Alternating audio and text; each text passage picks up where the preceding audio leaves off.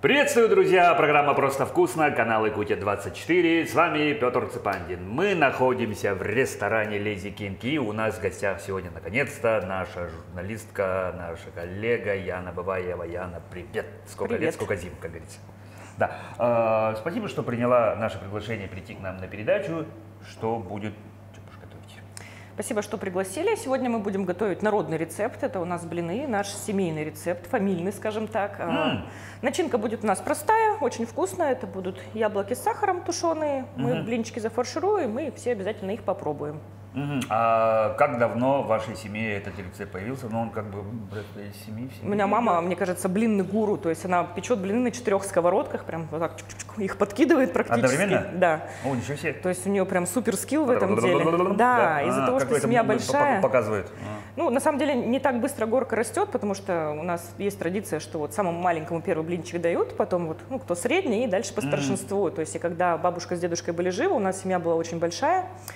Вот, и мы все собирались в деревне в Иркутской области, поселок Большой Луг. Я примерно оттуда родом. Вот, расскажу потом обязательно. И вот мы собирались... Это мой первый вопрос должен был быть. Побежала вперед, да? Ничего, нормально. В общем, собирались всей семьей, как бы бабушка пекла блины, и мы вокруг нее собирались, общались, разговаривали, что-то обсуждали, делились какими-то радостями, горестями, без разницы. И вот всегда блинчики были как бы как традиция.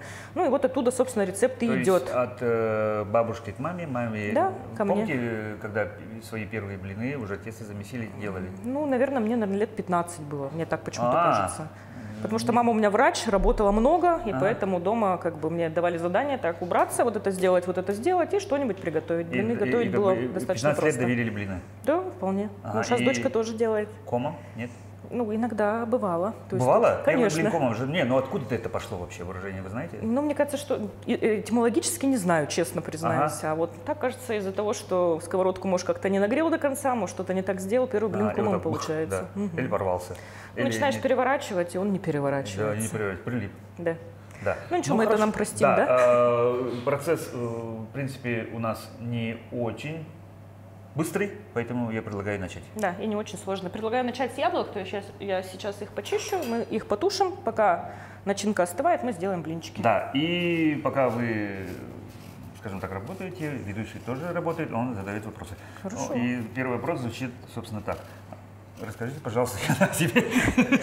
Ну, вы уже начали рассказывать. Иркутская область, я это знаю, да, но пусть телезрители тоже сейчас об этом узнают. Ну, я родилась в небольшом городе, город Шелихов, Иркутской области. Это 20 километров от Иркутска, от столицы. Тоже Сибирь. Это Сибирь, самая настоящая. Там тоже есть снег, если что. И морозы есть, все как положено. То есть это для меня было не неожиданностью совершенно. Вот. Родители у меня, мама у меня врач, папа у меня дальнобойщик, водитель. Вот. Поэтому, скажем так, среднестатистическая семья. Я одна в семье у родителей. Да, у меня вот есть только... А ребенок? Да. Да, хорошо. Поэтому, ну, не знаю, хорошо, мне всегда хотелось, чтобы у меня был брат или сестра, поэтому я очень люблю своего двоюродного брата. Да, я помню, что в детстве даже такие мультики были. Я у бабушки один, мама, папа, что-то там ходит в гости к нам. Ну вот, поэтому... Да, и мультики даже такие были, что там про одного ребенка. Действительно такая, ну, не проблема, это вопрос. Хорошо, так, и... Вот, училась, росла, занималась спортом, занималась в художке. В общем, короче говоря, все то, что делают обычные дети самые. Ну, чуть было не сказал среднестатистический ребенок. Да. Ну, Отучилась, поступила в институт, выбрала интересную специальность на самом деле. Я заканчивала Иркутский лингвистический университет. По специальности первой бакалавриат у меня был преподаватель русского языка для иностранцев. То есть это была первая профессия, на которую набирали студентов. И я подумала, было бы круто. И пошла учиться. Это какие-то специальные особенности имеют, кроме того, что именно для иностранцев? Да, то есть там специальное какое направление? Есть специальное направление, то есть мы учили русский язык очень углубленно, то есть как его преподавать, педагогика была, психология была, и английский язык тоже, ну вот такой прям базовый, хороший нам давали. То есть я могу преподавать и английский, и русский сейчас. То есть это в каком-то году государство решило, что неплохо бы и русский язык преподавать иностранцам. Да, иностранцам. Да. И, собственно, и спрос, наверное, был тогда, получается. Был. То есть с Китаем были на тот момент прям супер хорошие отношения, и наши преподаватели, которые нас учили, они ездили. То есть это практически работать. С нуля, как ребенка учить, который вообще ничего не знает? Нет, это уже это даже сложнее. Тех, у кого есть какая-то база, хотя бы, ну, минимальная. Ну, то есть, либо ты на английском преподаешь, ну, что крайне редко бывает. Здравствуйте. Да, практически так. Но очень сложно. Я проходила практику, мне досталась группа, как обычно, повезло, как говорится, мне достались арабы. То есть это такие уже взрослые, мне казалось, мужчины с такой большой бородой, то есть они такие прям серьезные были. И мы, когда на первую пару пришли вести, я прям очень сильно как-то смущалась и переживала. Ну, и им было, на самом деле, не очень комфортно, что молодая девушка что-то им там командует. То есть они как-то себя не очень хорошо чувствовали. Но благо преподаватели... Это тоже момент, кстати. Да, это вот межкультурная коммуникация, которая вот, ну, разные люди... Но, с другой стороны, русские вы знаете, и они не имели права, ну, как бы вас, как бы сказать, ну, как русские знаете, и, собственно, можете научить. Да, то есть пришлось искать подход, использовать, собственно, педагогику и психологию, которые нас обучали. Мы с ними познакомились. Кстати, как раз тогда была Масленица, мы устраивали для них вот масленичную неделю. Свозили их на Байкал вместе с китайцами. Кстати, китайцы, вот хочу их похвалить, они очень старательные, то есть они как бы у них с фонетикой очень плохо, то есть они произносят русские слова с трудом, но при этом они все знают, они очень хорошо пишут, они очень стараются. Прилежные. Да, европейцы вот в этом плане не очень. Да, у них более вольно, им как-то так между делом туда-сюда. А китайцы, если им сказать, они будут делать реально. И в 4 утра, если скажете прийти, они придут. Да, они, короче, молодцы в этом плане. Они такие, В общем, съездили мы на Масленицу с ними, посмотрели на Байкал, им все очень понравилось, и они стали нас уже как-то, ну, более-менее хорошо воспринимать. То есть это уже... Массы любви и дружбы образовались? Да, поэтому было очень интересно с ними проходить практику, но свою судьбу я, к сожалению, не связала с преподаванием. Не знаю, почему так вышло. Кстати, мне предлагали распределиться в Монголию. Ну, то есть на тот момент не прям было распределение, типа, отправляйся, езжай. Но был вариант. При Союзе. Да, ну, как бы вот более свободно. Езди в Монголию. Я отказалась, потому что у меня дочка была маленькая на тот момент, ей было 2 года, а контракт нужно было заключать на 5 лет. Я, если честно, побоялась. Ну да, в незнакомой стране непонятно что. Как. Вот преподавать русский язык иностранцам. Да. Кто-то уехал из моих однокурсников в Китай, то есть они успешно построили там карьеру, преподают. И вот моя преподавательница по русскому языку рассказывала тоже интересную историю, связанную с иностранцами. Она обучала, в общем, то ли чуть ли не посла японского. И она говорит, он меня настолько приучил вот здороваться, когда я захожу, то есть как бы она с ним очень много времени проводила. Она говорит, я приходила на работу и делала вот так. Аригато. И я говорю, круто. Вот. Так что общаться с иностранцами, в том числе и вообще, в принципе, общаться, это очень здорово. Это очень, скажем так, человека просвещает. Чужая культура, другие традиции, ритуалы, возможно. Да, это очень интересно. Интересно очень, да. Вот. И что же вас подвигло поменять, скажем так, в своей жизни?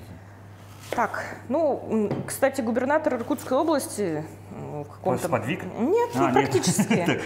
В общем, губернатор Иркутской области, мужчина был очень на тот момент продвинутый, видимо, и очень хитрый, я бы сказала. Поэтому он сказал, все те, у кого есть в дипломе запись учитель, преподаватель, либо что-то еще, должен обязательно подтвердить диплом в школе. Ну, как бы его не особо волновало то, что у меня преподаватель русского языка для иностранцев. Там было написано еще английский. Мне сказали, вот иди преподавай английский язык. Я пошла. Я целых 1,5 года отработала в школе. И знаете, кстати, мне понравилось. С детьми? Да, они на самом деле очень классные. У меня были старшие школьники. Ну, вот я там, естественно, завела друзей. У меня была подружка. Она преподавала у младшеклассников. И когда она опаздывала на работу, они со 2-й смены учились, она мне говорила, посиди с ними, пожалуйста, 5 минут, пока я бегу. Я к ним спускалась. Шла и заходила, заходила, она говорит, почитаем.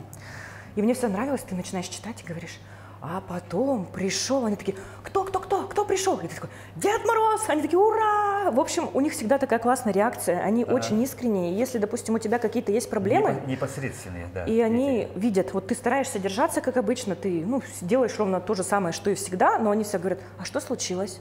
А что-то произошло? И даже вот самые отпетые хулиганы, казалось бы, у них на самом деле очень такая добрая и ранимая душа. И вот когда ты с ним 1 на 1 остаешься, с этим ребенком, и он раскрывается совсем по-другому. И вот наблюдать за ними, за всеми, за детьми было очень классно и очень здорово. Вы могли бы стать психологом? Кстати, было бы хорошо. Мне очень нравилось в институте психологии в университете. У нас была очень классная преподавательница. Тем более, что если вам нравится наблюдать реакции и все прочее, какие-то для себя выводы делаете, анализ, скорее всего, проводите. Мы могли бы стать обязательно над этим подумаю. Я иногда думаю, кстати, кем я стану, когда вырасту. Да-да. Так что вот такие вот дела. Да, и то есть еще и в школе удалось поработать. Да, но потом я поступила в магистратуру и продолжила обучение, и подумала, надо что-то делать интересное. Так. Мне очень нравилось телевидение всегда. Ну, то есть вот эта вот ТВ-кухня, как бы она меня привлекала. Москва слезам не верит, скоро будет сплошное телевидение. Да. Это же было же так? Да, тоже... так. Ну, романтика, да. Мне казалось, что это очень интересно, плюс я сама по себе любопытная. Это действительно интересно. Да, и мне кажется, что журналист — это очень любопытный человек, который должен знать все немножко и по чуть-чуть, но во всех местах специалист должен быть действительно прокачан. Очень поэтому я увидела объявление на телевидении в Шелихове, вот в городе, где я родилась и выросла, требовался журналист, ученик журналиста. Я такая, пойду-ка схожу. Мое. Угу. Пришла, первый день я сидела просто на стуле, наблюдала, как вокруг меня бегают люди какие-то, что-то делают. У нас эфир, у нас то-то, там кто-то с бумажками, кто-то с камерой. Такая, боже мой, вообще что происходит? Чем они занимаются? Может, мне кто-нибудь что-нибудь объяснит? Да. Никто ничего не объяснял. Сказали, вот сиди. А потом потому сказали, что за кулисье, да, действительно, вообще оно другое. Движухи очень много, потому что обычный телезритель видит, что подумаешь, ведущий стоит и болтает.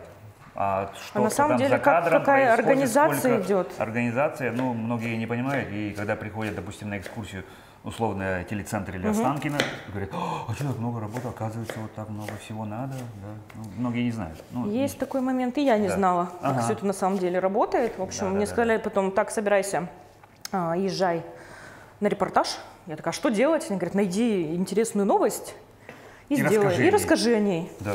Я преподнести думала. еще нужно, да? Одно дело, как преподнести. В общем, я искала эти новости, при том, что город очень маленький, это 50 тысяч ничего человек. Не происходит. Но особо ничего такого экстренного. Да, шутка. Нет, благо там более-менее с криминогенной обстановкой такого не было часто. Я прикалываюсь обычно всегда. Так. Поэтому сюжеты были достаточно простенькие, скажем так. То есть, но при этом давали творческие... Как про Остапа Бендера, да. На молодого человека наехала лошадь. Да, вот. Да. И отделался легким испугом. Но при этом я качала скилл, искала гостей, интересных сюжеты, познакомилась с ребятами, которые работали. То есть команда оказалась очень творческая, очень молодая. Мы до сих пор, несмотря на то, что прошло уже 15 лет с того момента, мы все дружим, мы общаемся. Общаетесь еще. То есть если я прилетаю домой в Иркутск... То есть какой-то такой некий симбиоз творчества, молодости, энергии. Поможете включить. Мне? Да. Та-да! Вот так он включается. Можно сделать огонь потише. Чуть-чуть, капельку. Вот так, да? Да. Сейчас мы добавим масло. Вот этого? Нет. Другого? Сливочное. Сливочное? На сливочном? Да, на сливочном масле. Так вкуснее, мне так кажется, по крайней мере. Абсолютно. Так, я добавила. Сейчас оно немножко растопится. Я добавлю сахар. Сахар у меня сразу же уже с корицей. Это с корицей? Я думал, это темный сахар тростниковый. Нет, это сахар с корицей. Да, я его кладу в отдельную баночку, чтобы потом уже не париться с граммовками, и чтобы все уже было под рукой практически. Хитро. Да, продумано. Так что ТВ-кухня меня затянула. Я проработала там 2 года, нашла кучу интересных людей, познакомилась. Мне очень нравилось общаться, очень нравилось встречаться с людьми, делать опросы. То есть мы веселились, мы радовались, иногда грустили, конечно. То есть это та работа, которая действительно приносит удовлетворение и счастье, когда ты чувствуешь себя на своем месте. Да, мне очень нравилось. Да. До переезда какая информация была о Якутии? Я знала, что тут очень холодно, что здесь очень вкусная рыба, что Якутия это, естественно, самый большой регион нашей страны. Медведи по улице Нет, ходят? вот этого не было. Знала про алмазы, знала про трубку. Что якуты ходят по дороге улице, пинают их? Знала про унты. В общем, на самом деле, я достаточно была подкована, довольно если много. так разбираться. Главное, знали, что холодно знали. Да, знала. В Сибири тоже бывало не слабо, холодно. там в Иркутске 40 бывает. Конечно. Мороз чуть-чуть другой, конечно. Да, то есть он более щадящий, скажем так. Более, да. Вот. Мы не понтуемся в Якутии, что, вы тоже сейчас знаете, что в Якутии самые холодные и все прочее, да, просто многие сложно, скажем так, переносят и привыкают тяжело. Итак, вы переехали в Якутию. Да. Первые впечатления. Какое время года было? Я приехала зимой первый раз. Было очень холодно, был туман, но когда я вышла из самолета... уехали? Практически. Я вышла из самолета и такая думаю, почему говорят, что в Якутии холодно? Здесь же достаточно комфортно. То есть я хорошо оделась, я пошла, у меня была шапка зимняя, штаны теплые. Почему говорят, что холодно? А в Иркутске мороз, он немножко другой, он такой кусучий. То есть он такой прям забирается тебе под одежду, он тебя кусает, кусает, руки влажный. сразу мерзнут. Да, сухой, а здесь тепло сухой, одеться, и да. хорошо, да.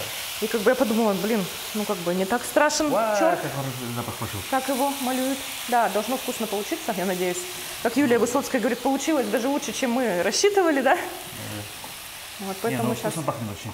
Ну это коричка. Корица, да. Ну то есть главное с ней не переборщить. Да, вот. не сжечь, вот. Вот, поэтому сейчас перемешиваю быстренько. Сейчас они немножко потушатся, и мы их уберем, начнем заниматься блинами, да. Так что, короче, в Якутию я приехала зимой, она мне понравилась, мне очень сильно понравились люди здесь. То есть, вот скажу честно, я прям обожаю Якутию, обожаю людей, которые здесь живут, потому что особый менталитет. У вас очень хороший вкус. Он такой прям, он, короче, вайб мой, как говорится сейчас, в современном сообществе. Опять же сказать, ну, на своем месте, да, ну, то есть все зашло. Мне очень сильно здесь нравится, я решила остаться как бы. Вы решили здесь остаться? То есть, я решила остаться, то есть у меня был выбор уехать, меня мама спрашивала, не хочешь ли ты уехать, я сказала, что я хочу остаться. Это был 17-й год. Якутия это мое, да? Да, я приехала в 12-м, это было 17-м. Кроме шуток, да, если серьезно сказать, да, в какое-то время остро стоял вопрос, что в Якутии многие приехали за работой, потом за длинным рублем уезжали, и потом был такой отток, ну, количество населения падает, люди уезжают, а вы тот редкий человек, который приехал, сказал, нет, я здесь остаюсь. Нет, я здесь остаюсь, я да, это, ну, по большому люблю. счету, это, скажем так, ну, статистически... Я выпадаю из статистики. Чуть-чуть, вы по ту сторону баррикад, да. Ну и чем вы занимались? Я первым делом устроилась на работу, я работала на дорожном радио.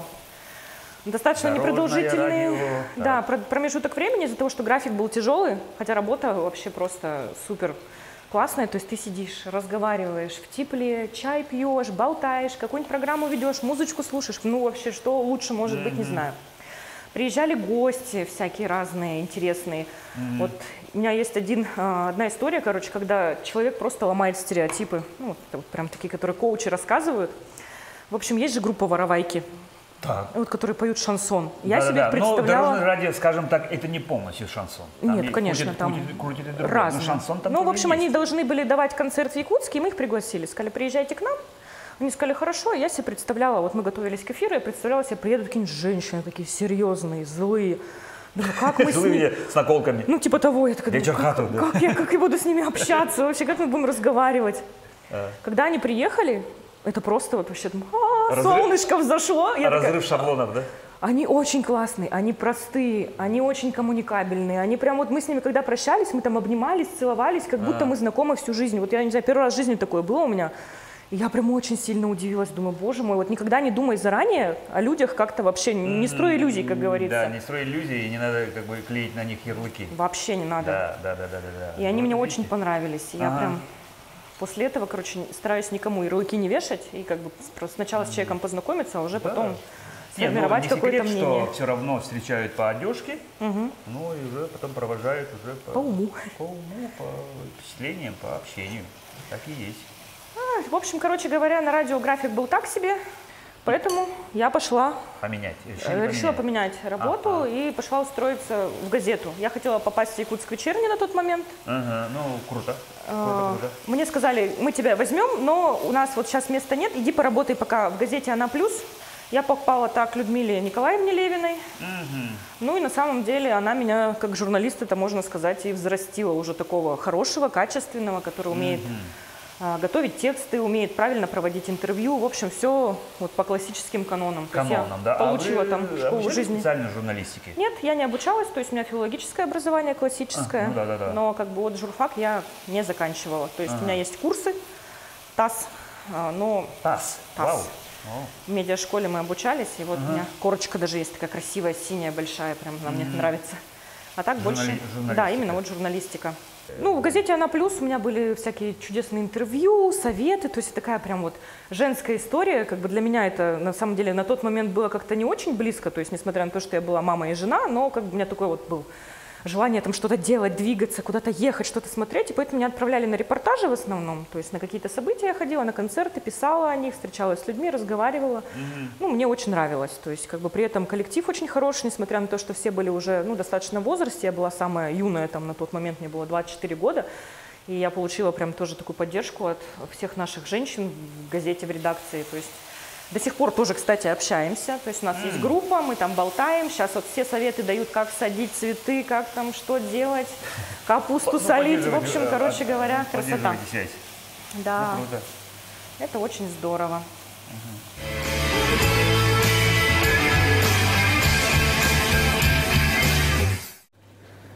Мы взяли паузу, вода у нас закипела, все. Да, сейчас мы, получается... Да. Можем выключить или пусть кипит? Пусть чуть-чуть покипит. Пусть кипит, хорошо. Я сейчас быстренько сделаю основу для теста. Мы разбиваем одно яйцо. Одно. Да. Я делаю на одном яйце. Ага. И его взбиваем. Ага. Добавляю сахар на глаз. На глаз.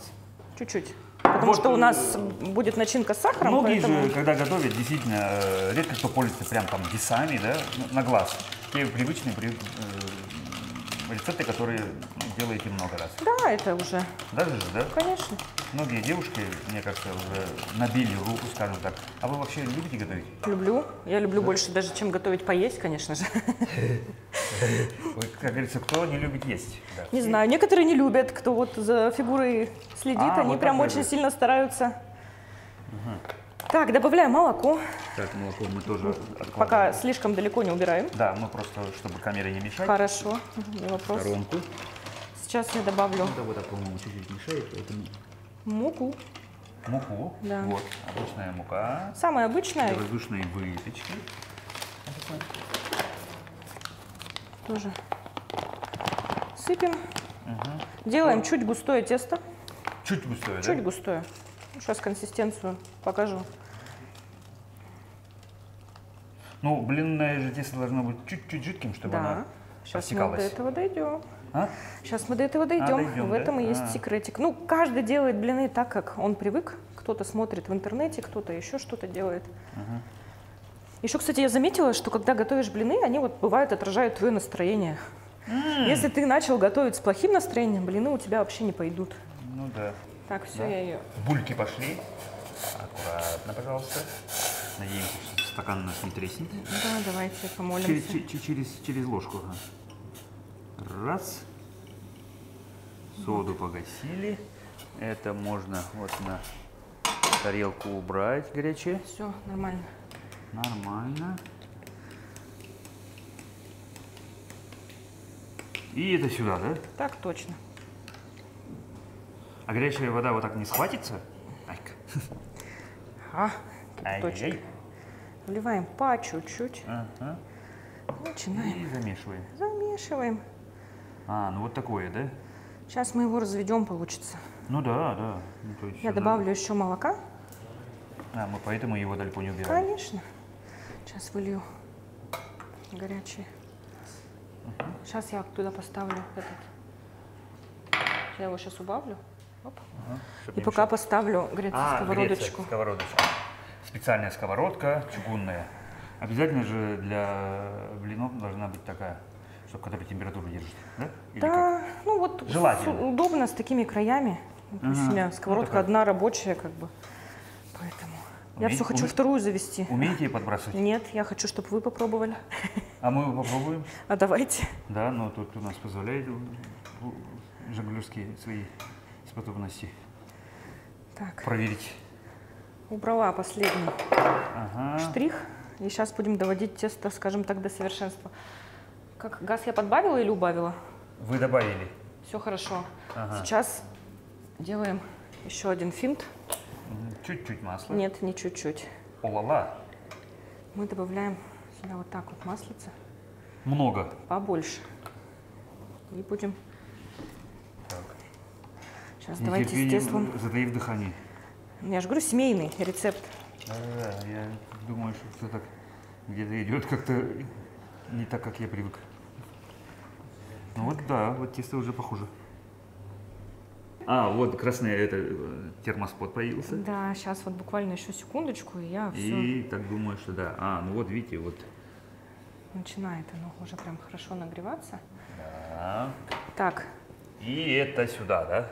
да. Я так отойду.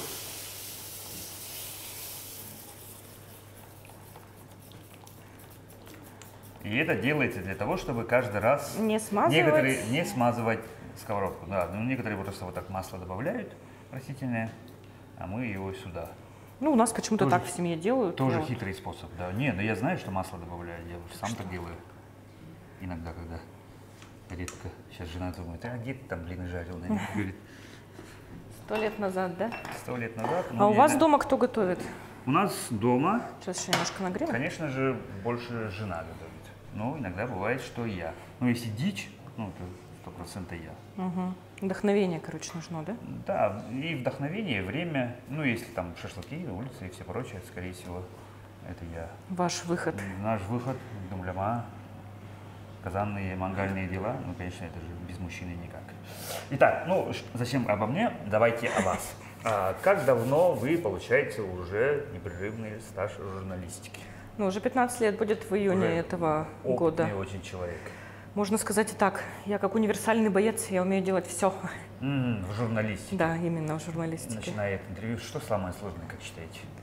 Самое сложное – это прорабатывать какие-то вот супердушевные истории, когда у человека что-то случилось, его нужно выслушать, и он хочет с тобой поделиться, либо хорошее слишком, либо плохое.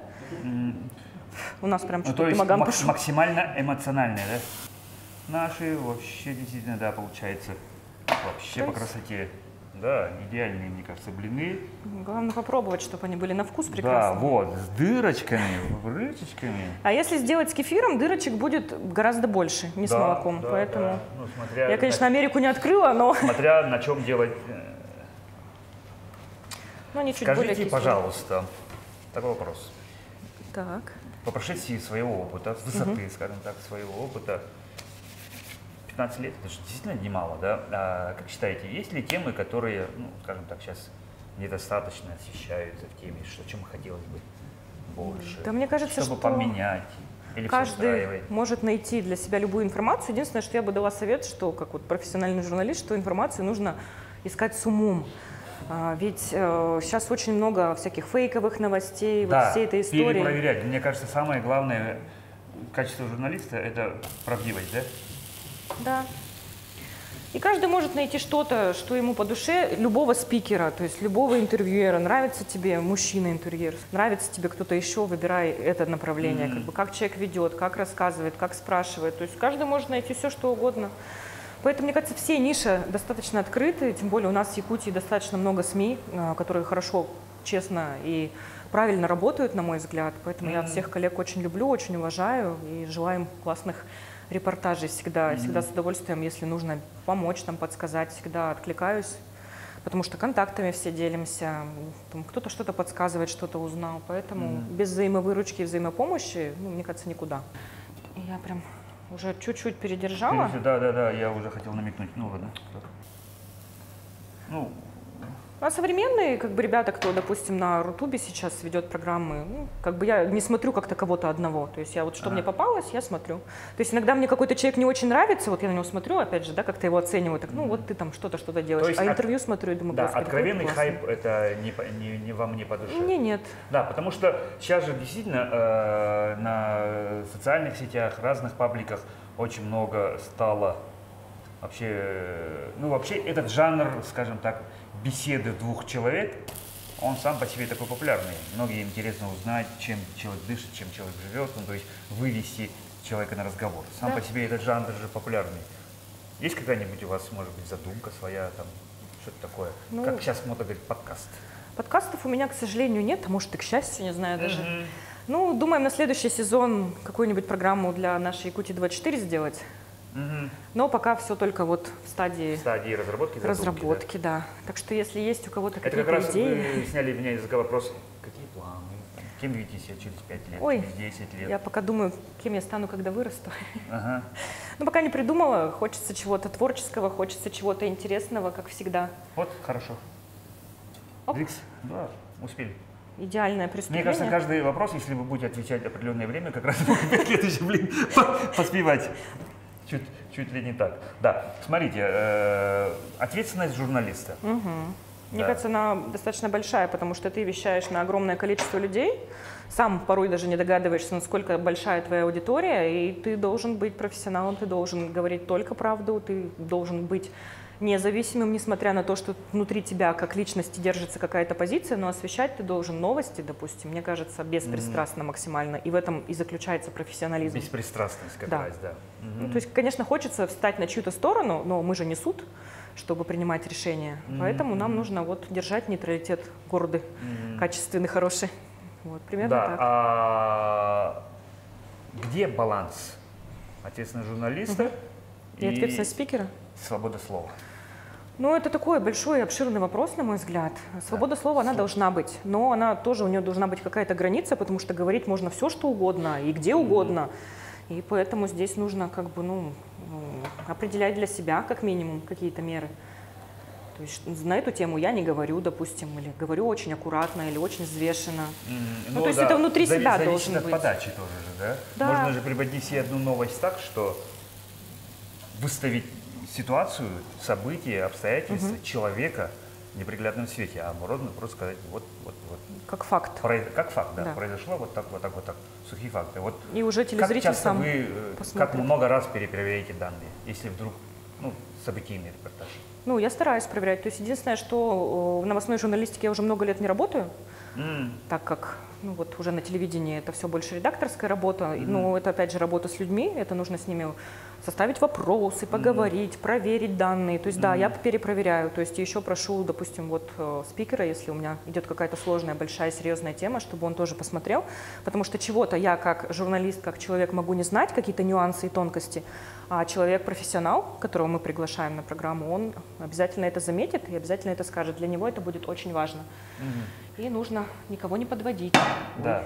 А сейчас же действительно очень много информации. Да. Мы живем, в веке информации, что действительно одни события опережают друг друга, то, что успевает быть новости, стало, перестало быть. Еще очень много вбросов, фейков, очень много через социальные сети приходит новостей, что говорят, где-то там что-то произошло. И все время приходят в мессенджерах, а правда ли это? Да. Что вот так? Ну, это только Как с этим официальные быть? источники нужно смотреть. То есть это должны быть официально зарегистрированные СМИ, которые осознают, что они несут ответственность за то, что они публикуют. То есть зарегистрированная в Российской Федерации СМИ не будет, намеренно давать какую-то фейковую информацию. Абсолютно нет. Но если это не 1 апреля.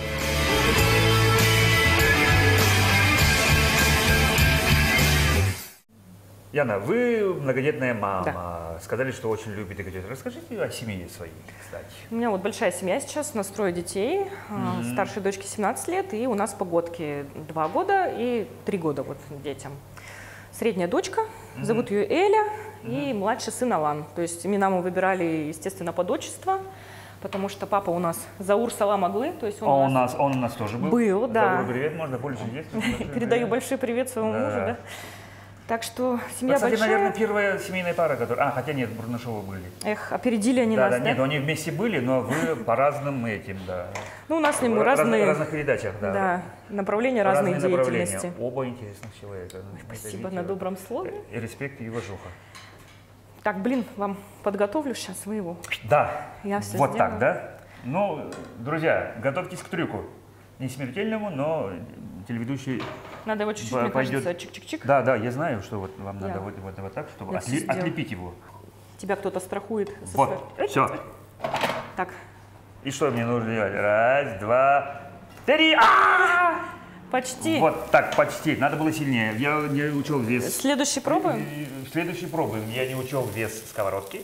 Все, сейчас мы расправили ему крылья. Чуть-чуть повыше и просто поймали, как надо.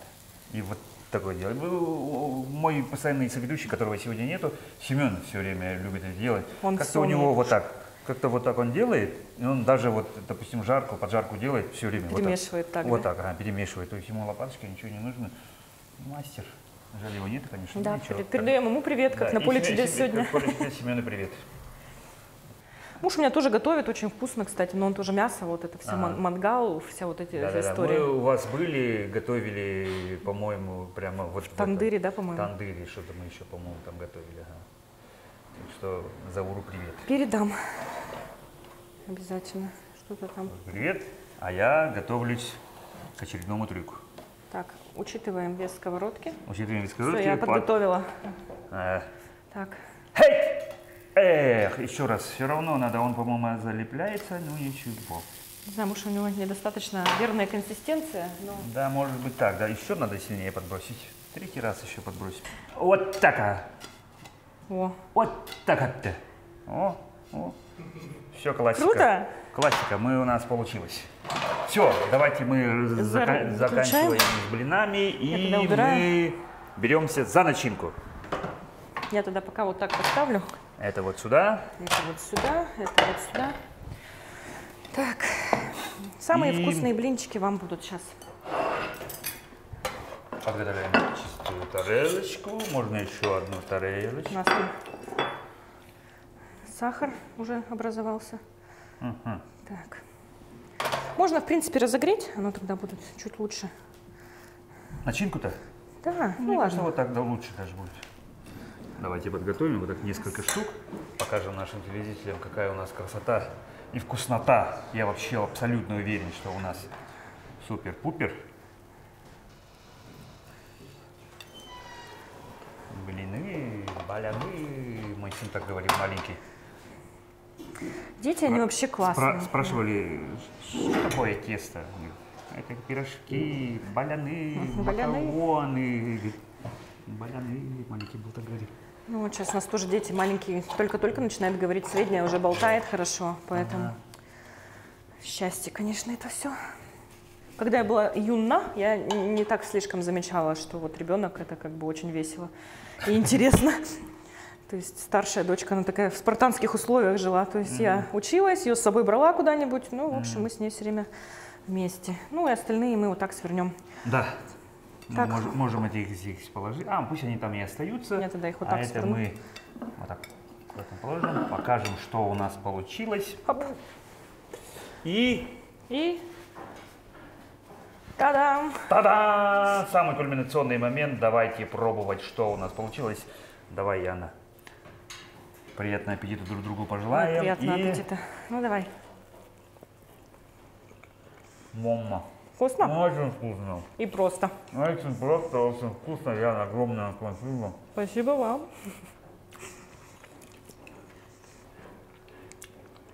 Передача наша заканчивается. Нам намекают, что нам уже уходить пора за эфир.